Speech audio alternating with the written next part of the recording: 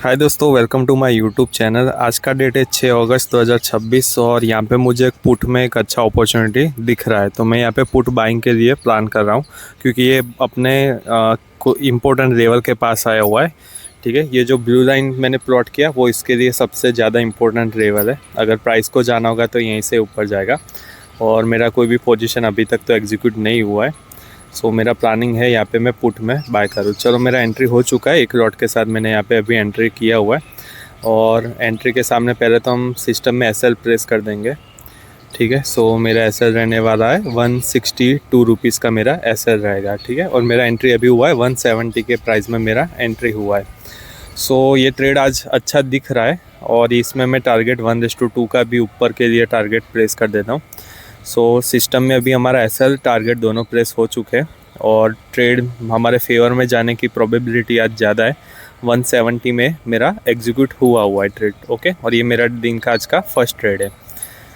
सो आज वेट करेंगे हम इसमें कि 1:2 हमारा अचीव हो जाए। स्ट्रक्चर देख के डेफिनेटली लग रहा है कि हो जाएगा 1:2।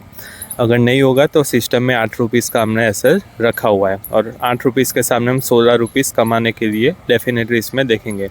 सो 170 में एंट्री हुआ है तो 186 में मेरा 1:2 अचीव होगा। तो मैं यहाँ पे पहले 185 की जगह 186 कर देता हूँ। ओके, और जो स्ट्रक्चर बना हुआ है वो स्ट्रक्चर मैंने पास्ट में काफ़ी बार ट्रेड किया हुआ है, तो उसके बिहाफ पे मैं कह सकता हूँ कि ये 1:2 हमारा हिट करेगा। और फाइनली मेरे डायरेक्शन में कुछ मूव आना भी अभी स्टार्ट हो गया है। ओके, सो वेट करते हैं, जो भी टारगेट आता है एसएल जाता है जो भी होता है यहाँ से ही होने वाला है। मेरी ट्रेड एंट्री लेने के बाद प्राइस वन वे मेरे फेवर में ही गया हुआ है। करेक्ट। सो ऐसे की पॉइंट आइडेंटिफाई करना नेसेसरी होता है अगर आप ऑप्शन बायर हो। सो वेट करते हैं यहाँ पे टारगेट हिट होने के लिए। दोस्तों फाइनली एक स्ट्रॉन्ग मूव अभी आने लगा है और एंट्री के बाद कोई भी हमें लॉस नहीं दिखा है। वन वे हमारे फेवर में ही जा रहा था प्राइस और अभी ये 1:2 जो हमने 186 रखा हुआ है उसको हिट करने के लिए प्राइस जा रहा है। सो अचीव हो जाएगा ये टारगेट। चलो, ये एग्जीक्यूट हो चुका है दोस्तों और पोजीशन में आप देखोगे तो हमें यहाँ पे प्रॉफिट हुआ है। प्रॉफिट और लॉस सेकेंडरी थिंग है, पहला काम है कि हमने डिसिप्लिन के साथ अपना सेटअप फॉलो किया, तब जाके आउटपुट वो प्रोसेस का बाय प्रोडक्ट रहता है। करेक्ट। और ये एक स्ट्रॉन्ग लेवल है, मार्केट हो सकता है यहाँ से थोड़ा ऊपर जाके फिर कंटिन्यूस वापस डाउन साइड के लिए आ जाएगा। ठीक है, सो हमारा एंट्री वन वे ही हमारे फेवर में गया हुआ है अप साइड के लिए, बट ये अभी जो रजिस्टेंस लेवल है वो डेफिनेटली हो सकता है कि यहाँ से प्राइस नीचे आ जाए और यहाँ पे हमें डीके का सामना नहीं करना मिला क्योंकि ऑप्शन बायर का सबसे बड़ा एनिमी है डीके। तो आप भी ऐसे एंट्री प्लान करो, ऐसे की जोन को पकड़ो जहाँ से आपके फेवर में वेरी क्विक मूव आती है। ओके, सो मैं आपको एक बार ट्रेड का लॉजिक अच्छे से समझा देता हूँ मैंने क्या देख के एंट्री किया। सो दोस्तों हम बहुत इजी लैंग्वेज में समझेंगे। ठीक है, अगर आप ऑप्शन बाइंग कर रहे हो और तो मैं आपको एक चीज़ क्लियर कहना चाहूँगा कि आज के सपोर्ट रेजिस्टेंस आपके लिए इंपॉर्टेंट है। और मैं मॉर्निंग से देखूँ तो ये प्राइस यहाँ पे कम्प्लीटली साइडवेज ही था। यहाँ पे कोई भी स्ट्रॉन्ग कंटिन्यूस मूवमेंट नहीं आया जिसको देख के मैं यहाँ पे प्राइस का प्लानिंग करूँ, बट ये एक लेवल था, तो ये स्ट्रॉन्ग लेवल था जैसे प्राइस ने अपसाइड का मोमेंटम यहाँ पे किया हुआ है। सो ये लेवल हमारे लिए ऑलवेज इंपॉर्टेंट होता है। तो इंट्राडे में ऑप्शन बाइंग में हम आज के लेवल को ही ज़्यादा इंपॉर्टेंस देंगे। सो ये लेवल के पास जब भी प्राइस फर्स्ट टाइम आएगी वहाँ पे हम वेट करेंगे कि प्राइस एटलीस्ट वो लेवल को एक बार रीटेस्ट करे। ठीक है, ये जो स्ट्रॉन्ग बाइंग मार्केट में लेके आते हुए वो ऑप्शन बायर जो रीटेस्ट करने आती है वो प्राइस, तो उसका हम वेट करने वाले हैं। करेक्ट। और ये जो स्ट्रॉन्ग बाइंग लेवल है वो प्राइस ने यहाँ पे फर्स्ट टाइम में क्या किया हुआ है, रीटेस्ट किया हुआ है। ठीक है, सो जैसे ही प्राइस फर्स्ट टाइम इसको रीटेस्ट करेंगी तो इसका मतलब ये नहीं है कि हम तुरंत ही वहाँ पे ट्रेड में एंट्री प्लान कर दें, नहीं, हम वेट करेंगे। यहाँ पे क्या वेट करेंगे मैं आपको समझाता हूँ। जब भी प्राइस कोई अपने की लेवल के पास में आती है तो वो की लेवल कैसे मिलता है कि जहाँ से प्राइस ने कंटिन्यूस अपसाइड मोमेंटम किया हो और प्राइस जब वो लेवल को रीटेस्ट करते टाइम होल्ड करने लगे तो वो की लेवल हमारे लिए कहलाता है। तो ये की लेवल के प्राइस जब भी फर्स्ट टाइम आती है तो एटलीस्ट मैं वहाँ पे बाय नहीं करता हूँ। मैं क्या वेट करता हूँ कि प्राइस में अपसाइड जाके कुछ पहले तो पुल बैक दे। ठीक है। सो मेरे लिए इम्पोर्टेंट है पुल बैक देना, जैसे कि प्राइस ने यहाँ पे पुल बैक दिया और जो उसका जो प्रीवियस लो रहता है जहाँ पे बहुत सारे एसएल पड़े होते हैं, राइट, वो एसएल ट्रिगर नहीं होने चाहिए, वो लो मतलब कि रिटेस्ट नहीं होना चाहिए। और जहाँ से पुल बैक आया हुआ है उसका जैसे ही ब्रेकआउट आता है तो वो मेरा बाइंग का लेवल वहाँ पे एक्टिव हो जाता है। सो ये मेरा बाइंग का इस तरह का मेथड रहता है। ओके, सो आप देखोगे कि प्राइस ने जैसे ही पुल बैक का जो जोन बना हुआ था, ये वाला जो जोन, वो उसके ऊपर एक कैंडल ने क्लोजिंग दिया। इंपॉर्टेंट क्या है, क्लोजिंग देना। तो वहाँ पे मैंने बाइंग एंट्री का प्लान किया हुआ था। और आप देखोगे तो जो उसके नीचे के लो है वो रिटेस्ट नहीं हुए थे, राइट। सो हमने इस तरह वहाँ पे बाइंग के लिए प्लान किया था। सो ये वाला जब लो लगा रहा था तो प्राइस क्या कर रहा था, उसका जो प्रीवियस लो है उसको प्राइस होल्ड कर रहा था। ये सबसे इम्पोर्टेंट कंफर्मेशन है कि वो लो सस्टेन हो जाना चाहिए, तो वो मेरे लिए बाइंग आइडियल रहता है। और ये मेरा A+ सेटअप है, इसको मैंने बैक टेस्ट काफ़ी बार किया हुआ है, सो मुझे इसमें आउटपुट मिलता ही है, करेक्ट। सो ये मेरा बाइंग लेवल था। अब जहाँ से मैंने एग्ज़िट किया 1:2 जो मेरा 186 का लेवल था, वो एग्ज़िट के लेवल के बाद प्राइस ने क्या किया, तो प्राइस ने एक देख रहे हो अभी भी वो डाउन साइड आ रही है प्राइस, राइट। सो यहाँ पे मैं लाइन रखता हूँ जहाँ पे मैंने एग्ज़िट किया, ठीक है। वहाँ से वो लेवल से price continuous down side I हुई थी पहले भी, और उसने प्रीवियस जितने भी सपोर्ट थे वो सबको निकाल दिया सिस्टम में से।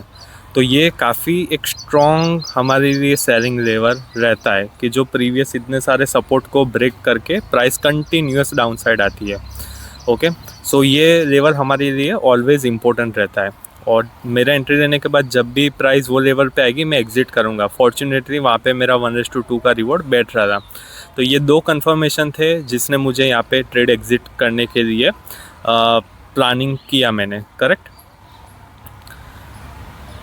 सो अभी देख रहे हो आप प्राइस यहाँ से कंटिन्यूस नीचे जा रही है। हो सकता है ये पूरा डे लो तक भी नीचे चले जाए, जहाँ से हमने एंट्री किया था उसके नीचे भी चली जाए, क्योंकि ये काफ़ी एक स्ट्रॉन्ग सेलिंग लेवल है जहाँ पे वो अपनी पोजीशन सेलिंग वाले डिफेंड करने ही वाले हैं। तो ये डे लो भी रिटेस्ट हो सकता है, तो ये हमारे लिए बहुत इंपॉर्टेंट रेजिस्टेंस था। सो इसलिए मैंने यहाँ पे एग्ज़िट का प्लान किया। और ये जो अभी प्रॉफिट दिख रहे हो दोस्तों, ये भले आज स्मॉल है बट ऐसे कन्विक्शन के साथ 1:2 लेके धीरे धीरे इसमें भी क्वांटिटी हमारी इंक्रीज़ होगी। It is just matter of time, ठीक है। मेरा फोकस है डिसिप्लिन फॉलो करना, क्वालिटी वाले में ट्रेड प्लान करूँ, नहीं कि मैं मल्टीपल ट्रेड दूँ, रैंडम ट्रेडिंग करूँ, नहीं। मुझे चाहिए क्वालिटी वाले ट्रेड और रेस ट्रेड चाहिए, और उसके साथ में मेरा जितना डिसिप्लिन रूल्स रेगुलेशन में फॉलो करता हूँ वो मेरे लिए बेटर है। तो ग्रोथ ऐसे होता है, क्वांटिटी तो आप कभी भी फ्यूचर में बढ़ा सकते हो, करेक्ट। सो हम आज के वीडियो के कुछ की लर्निंग समझ लेते हैं।